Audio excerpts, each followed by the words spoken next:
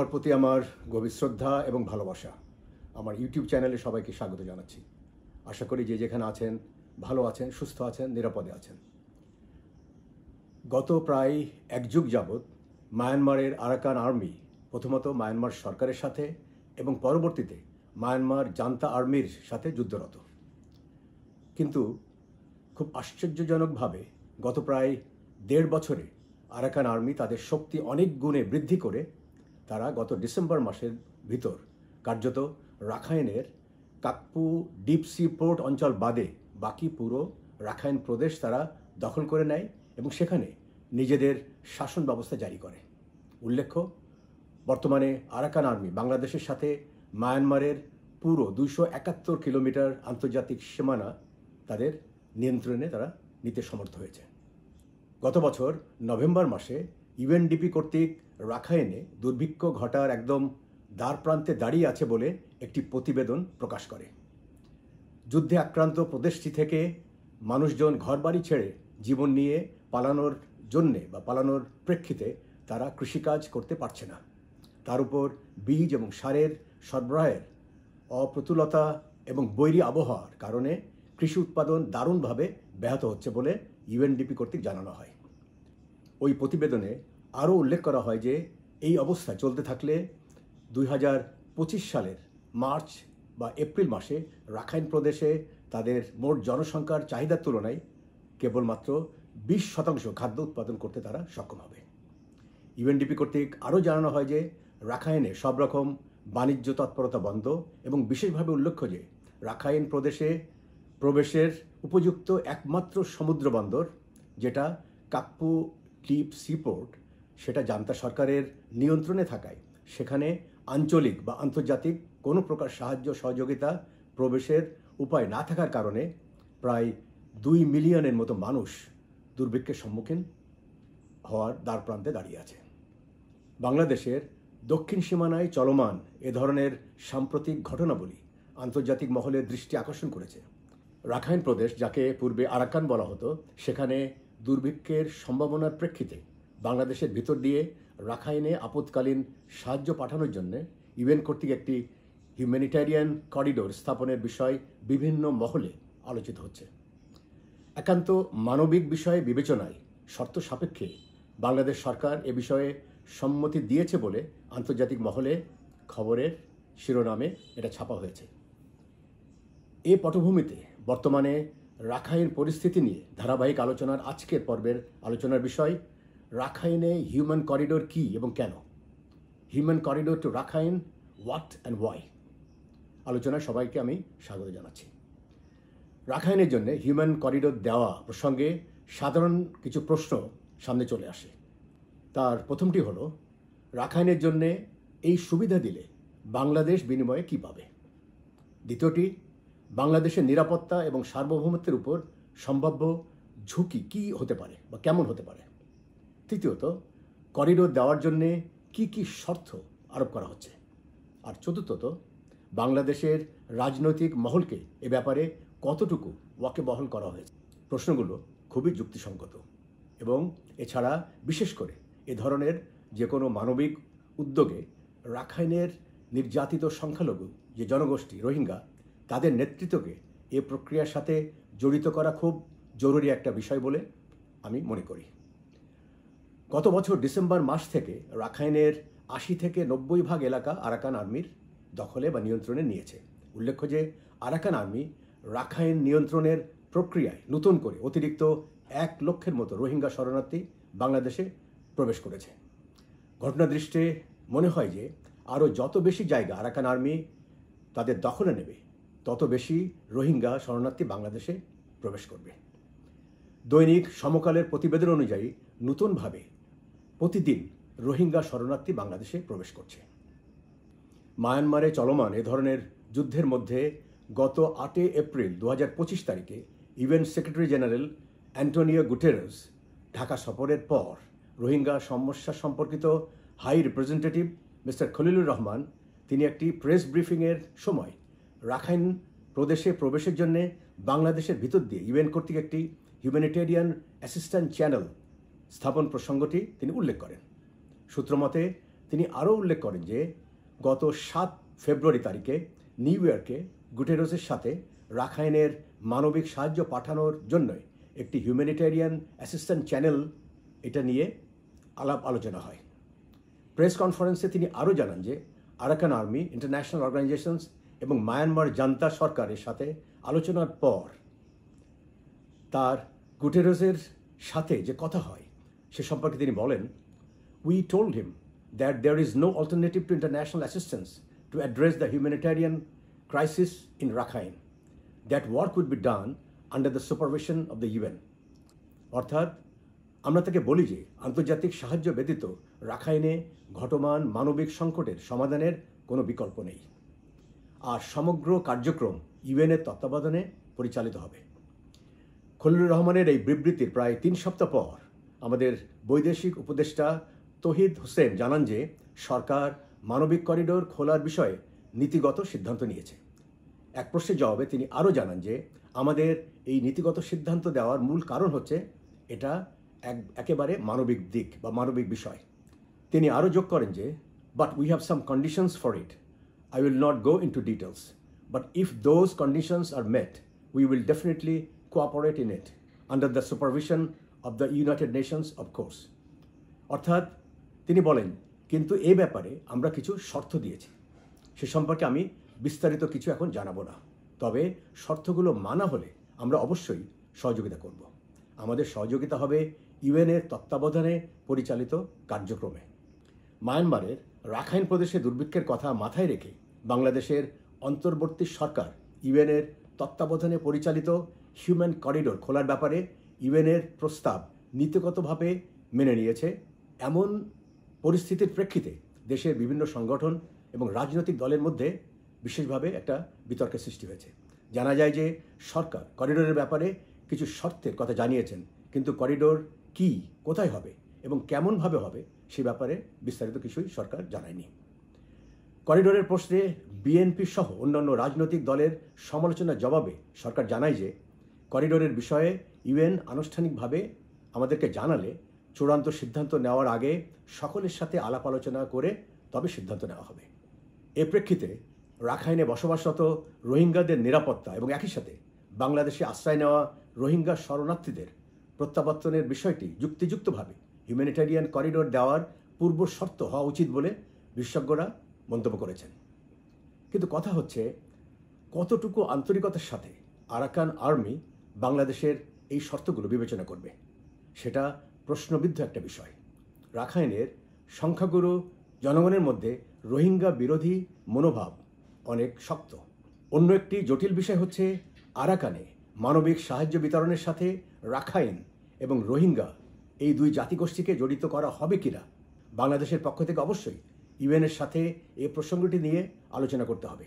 মানবিক সাহায্য যদি কেবলমাত্র রাখাইনদের জন্য হয় তাহলে সেটা খুব একতরফা একটা বিষয় হবে।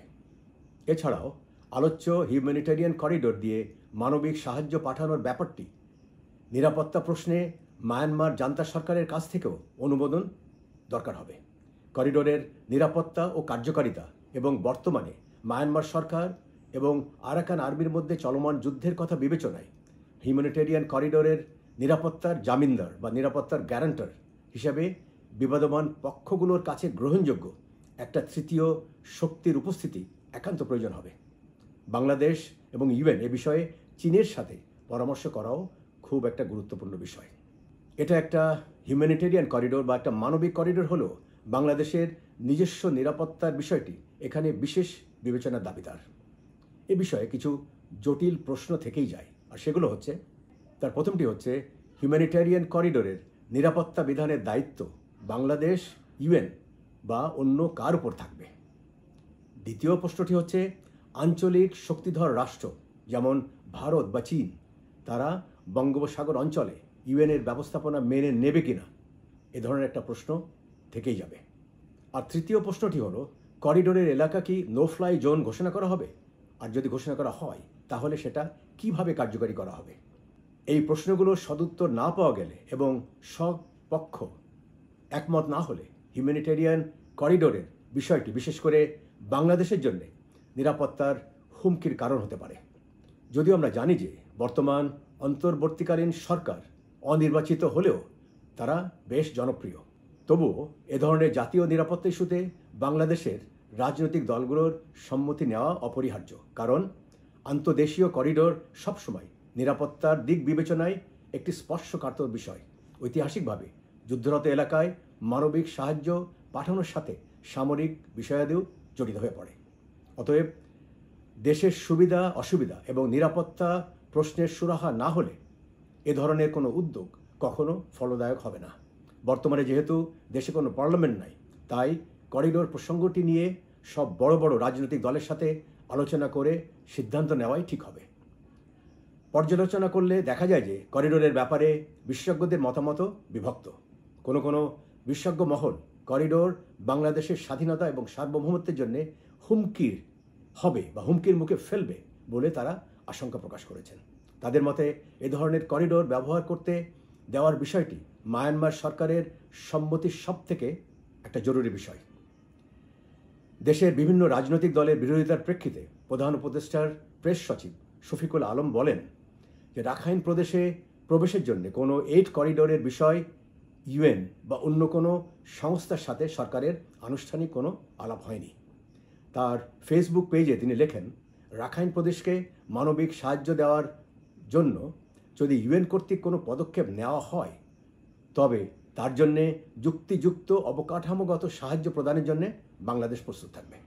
এ ব্যাপারে ইউএনের ঢাকা অফিস থেকে বলা হয়, মানবিক সাহায্য দেওয়ার জন্য যদি কোনো করিডোর স্থাপনের প্রক্রিয়া করা হয় তবে বাংলাদেশ এবং মায়ানমার সরকারের অনুমতির প্রয়োজন হবে। বাংলাদেশের ফরেন মিনিস্ট্রির মায়ানমার শাখা থেকে বলা হয়েছে যে রাখাইন প্রদেশে দুর্ভিক্ষ দেখা দেওয়ার সম্ভাবনার কথা চিন্তা করে হিউম্যানিটেরিয়ান করিডোরের ব্যাপারে নীতিগত সিদ্ধান্ত হয়েছে।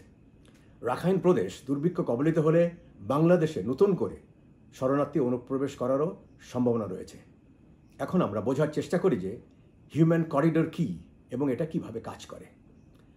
আন্তর্জাতিক কোনো আইন দ্বারা হিউম্যান করিডোরকে পরিষ্কারভাবে সংজ্ঞায়িত করা হয়নি, কিন্তু এ ধরনের করিডোর কার্যকরী করতে হলে এর সাথে সংশ্লিষ্ট সকলকেই বেসামরিক মানুষজনের কাছে নির্বিঘ্নে মানবিক সাহায্য পৌঁছানো নিশ্চিত করার দায়িত্ব নিতে হবে। করিডোর কার্যক্রমের সাথে জড়িত সকলকে নিরাপদ এবং স্বাধীনভাবে কাজ করার বিধান থাকা আবশ্যক। আইসিআরসির নীতি অনুযায়ী a humanitarian corridor is an agreement between parties to an armed conflict that allows for safe passage in a specific geographic area for a defined time. অর্থাৎ হিউম্যানিটেরিয়ান করিডোর হলো সশস্ত্র সংগ্রামরত দলগুলির মধ্যে একটি চুক্তি, যার মাধ্যমে নির্দিষ্ট একটি ভৌগোলিক এলাকায় নির্দিষ্ট সময়ের জন্য নিরাপদ যাতায়াত নিশ্চিত করা হয়। এই করিডোরের সাহায্যে বেসামরিক লোকজনের যাতায়াত, আহত এবং নিহতদের স্থানান্তরণ করা এবং মানবিক সাহায্য বিতরণ করা হয়। এ ধরনের করিডোরের আকার এবং কার্যক্রমের নিয়মনীতি সংশ্লিষ্ট দল কর্তৃক নির্ধারণ করা হয়।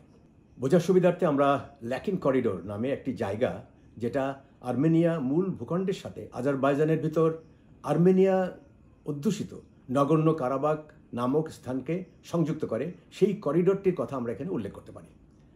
1989 সালে আর্মেনিয়া আজারবাইজানের ভিতর প্রথম যুদ্ধের পর করিডোরটি স্থাপন করে রাশিয়ান শান্তিরক্ষী বাহিনী সেখানে মোতায়েন করা হয়।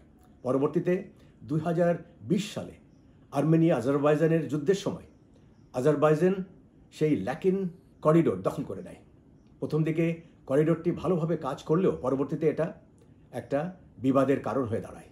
করিডোরটি আর্মেনিয়া তাদের সামরিক সরঞ্জামাদি এবং প্রাকৃতিক সম্পদ আনা নেওয়া কাজে ব্যবহার করছে বিধায় আজারবাইজান সেটি বন্ধ করে দেয়, যদিও আর্মেনিয়া সেটা অস্বীকার করে।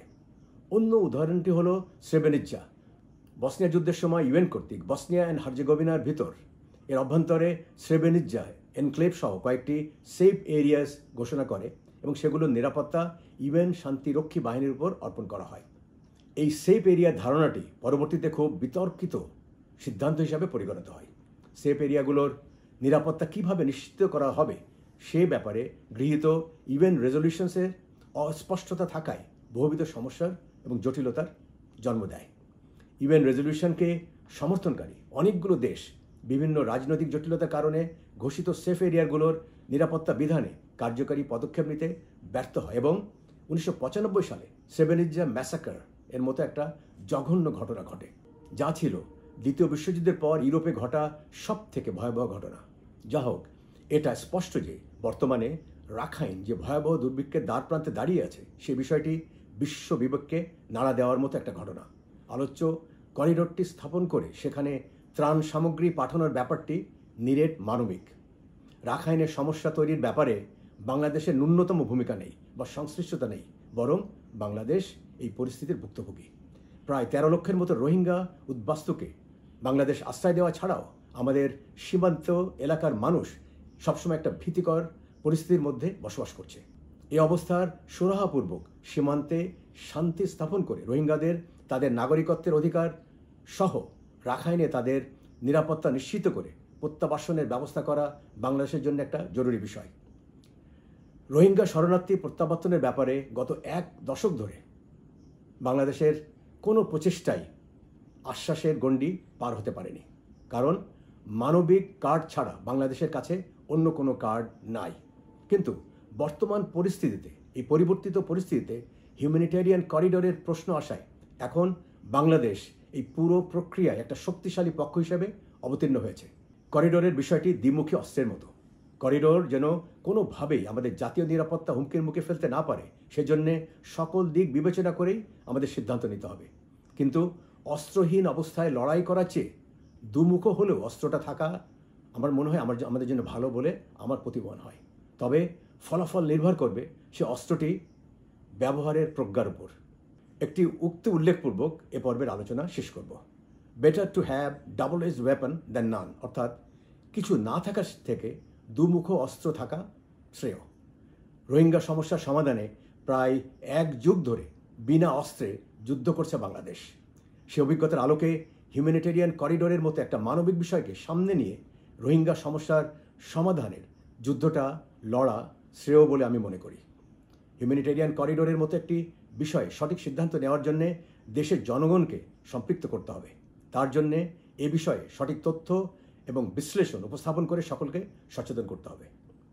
সে লক্ষ্যে আমি আমার ইউটিউব চ্যানেলের মাধ্যমে এ বিষয়টি নিয়ে কয়েকটি পর্বে আলোচনার সিদ্ধান্ত নিয়েছি।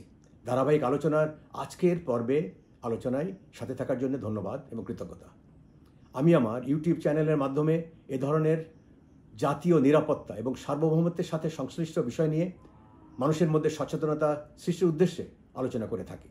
এ ধরনের আলোচনা সরাসরি করলে সেখানে ইন্টারঅ্যাকশনের সুযোগ থাকে এবং বুঝতে বা বোঝাতে সুবিধা হয়।